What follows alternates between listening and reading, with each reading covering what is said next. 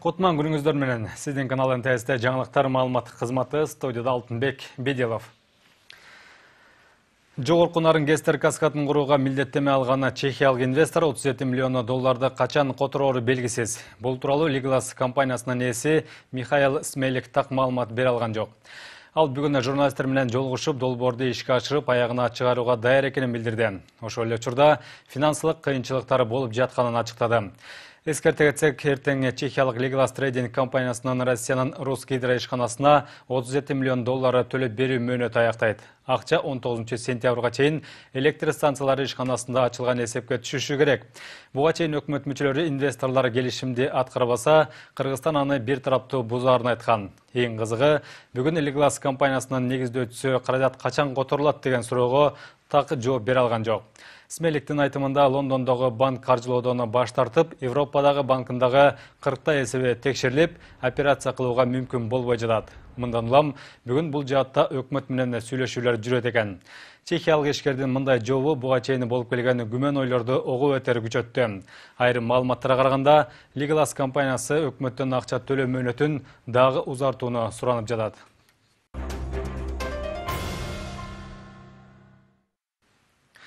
Жаштар административдик ресурска каршы. Студенттер жогорку окуу жайларында бир талапкерге добуш берүүгө мажбурлоо аракеттери болуп жатканын айтып чыгышты.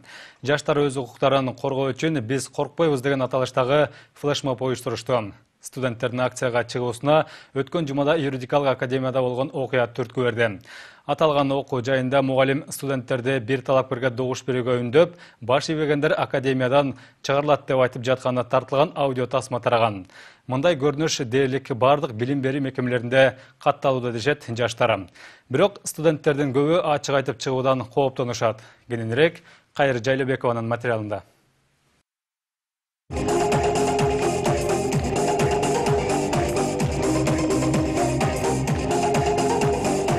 Баш каланын чогортосуна чогулгандардын көбү жогорку окуу жайлардын студенттери жана жаш активисттер. Флешмоб «Биз коркпойбуз» деген аталышта өттү. Анда жаштар таңылган ооздорун ачып, муну менен өз укуктарын коргоого күчү жетерин көрсөткүлөрү келген. Мындай өнүттөгү акцияны өткөрүүгө жогорку билим берүүчү мекемелеринде орун алып жаткан административдик кысымдар түрткү болгон. Жаштардын флешмоб уюштуруусуна 14 сентябрь күнү интернетте желдей тараган аудио тасма негиз болгон. Анда юридикалык академиянын мугалими делген адам студенттерди КСДПнын талапкерине добуш берүүгө үндөп, ал эми баш ийбегендерди чыгып кетүүгө буйрук берип үстөмдүк көрсөткөн. Куугунтукка кабылган студенттердин бири башкаруу жана укук факультетинде 2-курста билим алып жаткан Чолпон Жээнбекова. Анын айтымында окуу жайда мугалимдер студенттердин паспорттарынын көчүрмөсүн чогултуп, номер 2 формасы боюнча добуш берүүгө мажбурлап жатышат. Бул сабактан кийин кураторский час болчу. Баягы окууга байланыштуу сабактар болмокта. Андан кийин, как отметилось, это уже шайлоого байланыштуу болуп кетти. Ал жакта эмне талкууланды? Ал жактан ким кимге шайлайт деп ачык эле айткыла деди. Ким кимге шайлайт деп, андан кийин Ким Бабановго деди. Бабановго ким деди, унчукпай отурсак дагы сурады, Ким Бабановго деп. Анан ошол жерден мен дегенде колумду көтөргөндө сен эшикке чыгып кет бер, сен жок, уже сөздү улантабыз деди да. Административдик ресурстун колдонулушу бир гана юридикалык академиясында эмес, башка дагы мамлекеттик университеттерде катталып жатыптыр. Бирок окуудан айдалып каламы деп кооптонгон студенттер өз позициясын ачык билдирүүгө батын албай, кысымга дуушар болууда дейт активисттер. Студенттердин айтымында мамлекеттик окуу жайларда билим алып жаткандардын көпчүлүгүн бир талапкерге добуш берүүгө ылайыкташтырып каттап коюшкан. Өзүмдүн группалаштарым болбосо дагы ошо башка жактан досторум ошондой учурга туш болгонун айтып жатышат. Мен кооптонуп жатам, себеби дегенде азыркы мына интернет жаатында да ар кандай көрүнүштөрдө ошо студенттерге каршы үгүт иштери болуп жатат.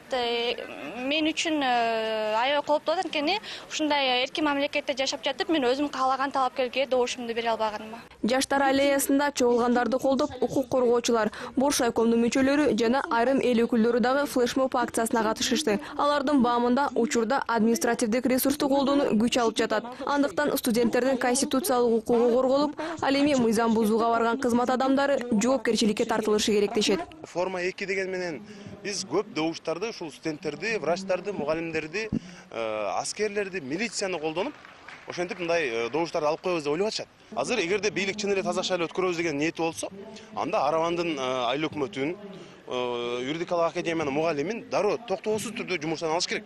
Ошондо биз ишенебиз. Башка мугалимдер дагы ишенет. Демек таза шайлоо өтөт экен деп. 39 беренесинде дагы жазылган ар бир жаран, ар бир шайлоочу өзүнүн свободное волеизъявление дейт да, өзү кандай кимге кааласа ошого добуш бериши толук мүмкүнчүлүгү бар. Ким ошого жанагы башкаларга добуш бересиң десең, басым кылып атса, ошондой кишилерге атайын 2 жылга чейин отургузса болот. Эң кызыгы иш чаранын жүрүшүндө айрым университеттердин мугалимдери да байкалган. Студенттер чогулган жерге окутуучулар кандай максатты көздөп келди, эч ким түшүнө алган жок. Акциянын катышуучулары арасында мугалимдер жүрөт деген сөз чыкканда дароо эле көздөн кайын болушту. Акциянын максаты биз коркпой ачык айтышыбыз керек. Мына биздин бүгүнкү азыр келе жаткан шайлоо таза эркин өтүш керек деген максатта ушул жакка чогулуп, ушул флешмобду уюштуруп атабыз. Алмазбек Шаршенович Атамбаев убада берген, муну баардыгы билет. Мен таза шайлоо өткөрөм деген убадасын берген. Мына биз ошого ишенебиз. Жана бул азыркы жогорку окуу жайларында болуп аткан абал боюнча биз ал кабардар эмес деп ойлойбуз да. Мына ошол урматтуу Алмазбек Шаршеновичтин көңүлүн буруудагы аракети да бул. Акциянын катышуучулары жогорку кеңештин төрагасына, башкы прокурорго, билим берүү жана эли министрлигине жана Бош айкомдун төрайымына билдирүү жөнөтүштү. Жаштар таза шайлоо өткөрүү үчүн акырына чейин турууга даяр. Алар эми кайсы окуу жайы же мамлекеттик мекеме болбосун, административдик ресурс колдонулса, ошол жакта флешмоб уюштуруп, коомчулуктун көңүлүн буруп турушат. Ура! Кайыр Жайлообекова, Владимир Кулбалдиев, НТС.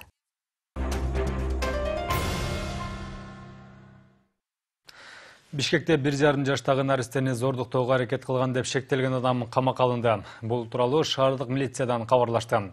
Өткөн жумада Борбор калаада 18 жаштагы бала ымыркайга ыплас аракет жасаган деген күнөө менен колго түшкөн. Кылмышка шектүү 2 айга тергөө абагына камакка алынды. Деген соттук медициналык экспертиза дайындалып жатып, ошо менен бирге 130 түшү беренеси менен иш козголгон. Шектүү катары жанагы Бишкектин тургуну 18 жашар бала деген СИЗОго камакка киргизилген соттун чечими менен. Ошондой зордуктоо учурда деген любой эле кылмышкер айтат да, мен анда деген барган эмесмин, кылган эмесмин деп айтат негизичи. Анан эми тергөө бул деген эми шектүү катары каралып аткандан кийин анын деген сот баарын деген карап чыгат негизи. Чоң алайда өспүрүм башкарып бараткан унаа оодарылып кетип, 9 жана 16 жаштагы кыздар каза болду. Маалыматтарга караганда кече түштөн кийин Карамак айылынын 17 жаштагы тургуну атасынын унаасын айдап чыккан. Ал машинасына досторун салып бара жатканда жарды сүзүп, жолдон оодарылып кеткен. Айдоочу менен 19 жаштагы кыз жаракат алып, ооруканага жеткирилген. Ал эми эже сиңдилери кырсык болгон жерде каза тапкан. Учурда бул факты боюнча териштирүү иштери жүрүп жатат. Өкмөттүн демилгеси Кыргызстанда тажрыйбалуу офицерлердин азаюусуна алып келиши мүмкүн. Куралдуу күчтөрдүн ардагерлери министрлер кабинетинин жаңы сунушуна нааразы. Учурдагы мыйзамга ылайык аскерге 20 жыл кызмат өтөгөндөр пенсияга чыгарылат. Бирок буга өзгөртүүлөр киргизилип, пенсиялык реформа деген шылтоо менен аны 30 жылга чейин жеткирүү каралууда. Мындай демилгеге нааразы болгон ардагерлердин айтымында өкмөт документ даярдап жатканда кесипкөй адистердин пикирин эске алган эмес. Эми Кыргыз армиясында кызмат өтөгөндөр пенсияга 10 жылга кеч чыгышы мүмкүн. Бул өзгөрүүлөр өкмөт сунуштаган келечекке 40 кадам программасында камтылган. Тактап айтканда, учурдагы мыйзам боюнча аскер адамдары мамлекетке 20 жыл кызмат өтөгөндөн кийин эс алууга чыкса, жаңы сунуш боюнча аны 30 жылга көтөрүү каралууда. Пенсияны көтөрүү керек, ал үчүн пенсиялык реформа жүргүзүү зарыл. Административдик чыгымдарды азайтуу керек. Аскер адамдарын пенсия менен камсыз кылуу кайрадан каралат. Пенсиялык куракты 30 жылга көбөйтүү сунушталып жатат. Бул аскерге кызмат кылгандардын татыктуу карлыкты өткөрүүсүнө мүмкүнчүлүк берет. Бул демилгеге армиянын ардагерлери каршы чыгышууда. Алардын айтымында өкмөт бул кадам менен өлкөнүн коопсуздугуна коркунуч алып келүүдө. Себеби мамлекет тараптан дем күч берилүүчү пенсиянын мөөнөтүн узартуу аскер кызматкерлердин массалык түрдө жумуш таштоосуна жол ачышы мүмкүн дешет. Людей в погонах, идя на службу. Чын адамдар кызматка кирип жатып ант берген учурда 20-дай өз укуктарынын чектелишине макулдугун беришет. Аларда катардагы жарандардай эркиндик болбойт. Дээрлик 20 жыл күн түн дебей эс албастан мекен үчүн кызмат кылышат. Мындан улам мамлекет аларды пенсияга эрте чыгарып, ар кандай социалдык жардамдарды берет. Эми аны 30 жылга көбөйтө турган болсо, адамдын организми ага туруштук бере албайт. Кайсы бир жылы ушундай дем алуучу жеңилдиктерди алып салганда милиционерлер дагы массалык жумуш таштоого барган. Муну унутпаш керек. Анвар Сартаевдин айтымында, аскер адамдарында көптөгөн нааразычылыктар бар, бирок алар арызданып даттана албайт. Анткени бул алардын табиятына туура келбейт. Ал эми 20 жылдык эмгек тажрыйбасы менен пенсияга чыгаруу жөн жеринен пайда болгон эмес. Буга атайын илимий изилдөөнүн жыйынтыгы, ошондой эле географиялык шартка дагы байланыштуу болот. Мне кажется, еще будут предложения, будут. Менин оюмча дагы сунуштар, сурамжылоолор жүрөт болушу керек. Бул өтө олуттуу маселе.